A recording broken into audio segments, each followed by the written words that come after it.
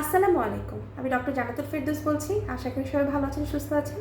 আজকে আপনাদের সাথে একটা বিষয় শেয়ার করব, সেটা হচ্ছে ডাইপার র্যাশ। এই গরমে দেখা যাচ্ছে যে অনেক বাচ্চারই ডাইপার র্যাশ হচ্ছে। তো এই ডাইপার র্যাশটা কেন হয় আর হলে কি করবেন সেই বিষয় নিয়ে আজকে কথা বলবো। দেখা যায় যে ডাইপারটা আসলে আমরা যে ব্যবহার করি এটা আসলে প্রয়োজনীয়তা কার বেশি বলেন তো?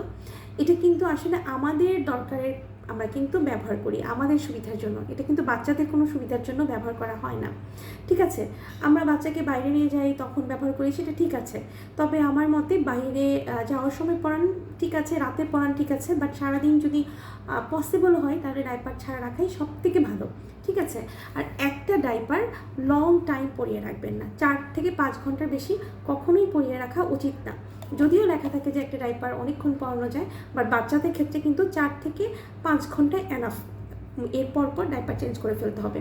আর যারা সারাদিনই ডাইপার পরে রাখেন তাদেরকে বলবো অন্তত গোসলের আগে 1 ঘন্টা বা গোসলের পরেও কিছুক্ষণ সময় খালি রাখার জন্য।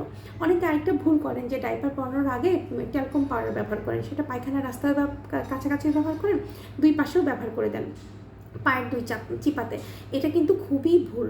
এটা করলে দেখা যায় যে আরও বেশি বাতাস প্রবাহিত হতে পারে না, দেখা যায় জায়গাটা বদ্ধ হয়ে থাকে। তো আপনারা যেটা পারেন সেটা হচ্ছে নারিকেল তেল ব্যবহার করতে পারেন, এটা খুবই ভালো। এটা বাচ্চাদের জন্য খুবই ভালো। আরেকটা জিনিস অনেকে ব্যবহার করে থাকে, ভ্যাসলিন ব্যবহার করে, ভ্যাসলিনটাও ব্যবহার করতে পারেন।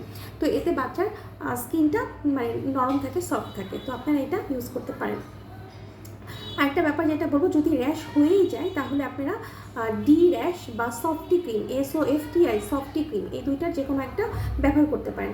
ব্যবহার করার পরে 2 থেকে 3 দিনের মাঝে যদি দেখেন যে ইমপ্রুভ হচ্ছে তাহলে আপনারা ওইটাই চালিয়ে যাবেন। আর যদি ইমপ্রুভমেন্ট না হয় তাহলে অবশ্যই ডাক্তারের কাছে নিয়ে যাবেন, কারণ নিজেরা অযাচিতভাবে স্টেরয়েড মলম বা অ্যান্টিবায়োটিক কোনো কিছু মলম ব্যবহার করবেন না। স্কিনের ব্যাপারগুলো দেখা যায় কি, মলম ব্যবহার করলে জিনিসটা ভালোভাবে বোঝা যায় না, পরে ডক্টরের কাছে গেলে আপনার বুঝতে প্রবলেম হয়ে যায়, হ্যাঁ, যে এটার জন্য কোনটা লাগবে, অ্যান্টিবায়োটিক লাগবে না অ্যান্টিফাঙ্গাল লাগবে না কোনটা লাগবে।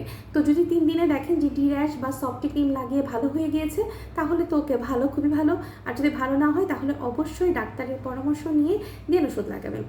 তো এভাবে যদি মেনে চলেন তাহলে অবশ্যই বাচ্চা ভালো থাকবে। তো ভালো থাকবেন, সুস্থ থাকবেন। আল্লাহ হাফেজ।